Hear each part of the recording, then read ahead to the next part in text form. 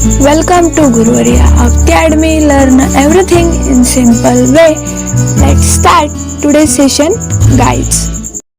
The second question is, note down pairs of rhyming words from the poem. Add one rhyming word to each pair. यमक जुळणाऱ्या शब्दांच्या जोड्या कवितेतून शोधा व त्याला अजून एखादा यमक जुळणारा शब्द जोडा. Number first rhyming pair is tears and fears. तर ह्यामध्ये आपण दुसरा वियर्स नावाचा रायमिंग वर्ड जोडलेला आहे. Number second is share and aware. ह्याच्यामध्ये आपण केअर नावाचा दुसरा रायमिंग वर्ड ॲड केलेला आहे. Number third is divide and wide. तर ह्यामध्ये आपण हाईड नावाचा रायमिंग वर्ड जोडलेला आहे. The next question is, guess and discuss the meaning of the following lines. It's a word of laughter. हे जग हास्याचं आहे म्हणजेच आनंदाचं आहे. ह्या जगात हास्य आहे म्हणूनच हे जग आनंदी आहे. म्हणून तुम्ही पण नेहमी आनंदी राहत जा. The next sentence is a word of tears. हे जग अश्रूंचं देखील बनलेलं आहे म्हणजेच दुःख पण आहे. ह्या जगात सर्वांच्याच लाईफमध्ये अप अँड डाऊन्स येत असतात. त्या सर्व गोष्टींना फेस करून मूव्ह ऑन करायलाच पाहिजे. The next sentence is it's a word of hopes. हे जग आशांचं आहे. आपण एकमेकांकडून आशा आकांक्षा बाळगतो. म्हणजेच आशेचा दिवा असा असतो जो विझला की आयुष्य निरर्थक वाटायला लागतं. म्हणून मित्रांनो, कधीच तुमच्यातला आशेचा दिवा विझू देऊ नका. The last sentence is and word of fears. आणि हे जे जग आहे जे की आपल्याला खूप खूप छोटं वाटते ते भीतीचं देखील आहे. म्हणजेच जगात सर्वांना कोणत्या ना कोणत्या प्रकारची भीती असतेच.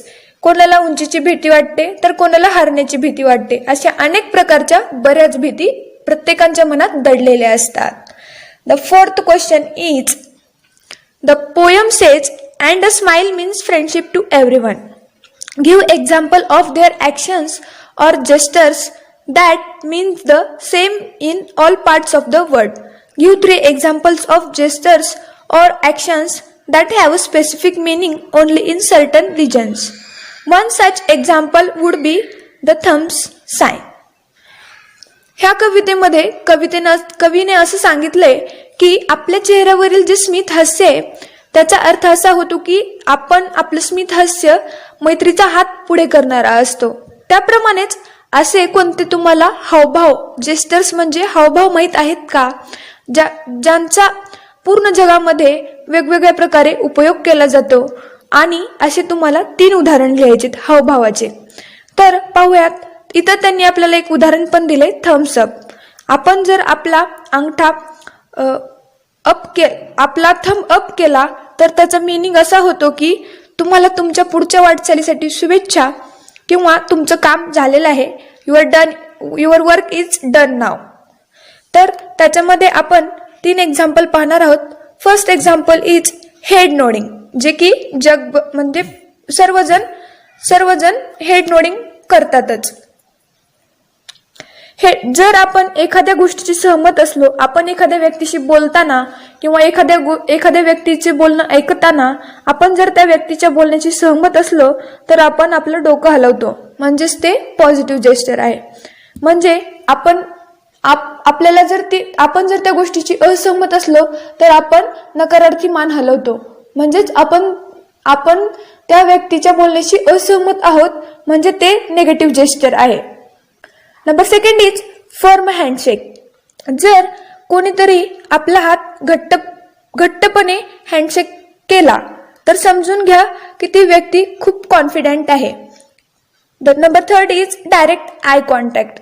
Looking someone directly in the eyes shows that you are confident and you trust that person. म्हणजे एखादी व्यक्ती बोलताना त्यांच्या डोळ्यात डोळे घालून पाहणे याचा अर्थ असा होतो की आपण खूप कॉन्फिडन्स आहोत किंवा आपला त्या व्यक्तीवर पूर्णपणे विश्वास आहे.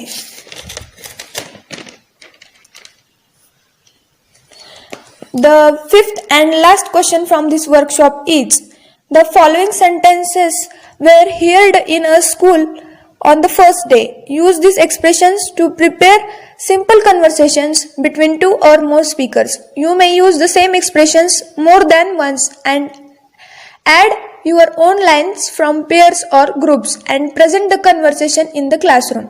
खाली तुम्हाला काही वाक्य दिलेले आहेत, ते वाक्य परत जरी आले तरी चालतील, पण एक असा संवाद तयार करा ज्याच्यामध्ये 2 किंवा 3 व्यक्ती असतील आणि तो संवाद तुम्हाला तुमच्या वर्गापुढे सादर करायचा आहे. अशा प्रकारचे प्रश्न तुम्हाला ह्यामुळे दिले जातात की तुमच्या ग्रुप मधला सहभाग वाढावा आणि तुम्ही सोशल बनावं यासाठी. Thanks for watching video. जर तुम्ही आमच्या चॅनलला सबस्क्राईब केलं नसेल तर लगेच सबस्क्राईब करा आणि बाजूला असलेल्या बेल आयकॉनवर क्लिक करा, म्हणजेच तुम्हाला आमच्या नवीन व्हिडिओचे अपडेट भेटतील. आणि शेअर करायला विसरू नका, कारण जशी तुम्हाला मदत झाली तशी इतरांना पण होऊ द्या. Thank you everyone.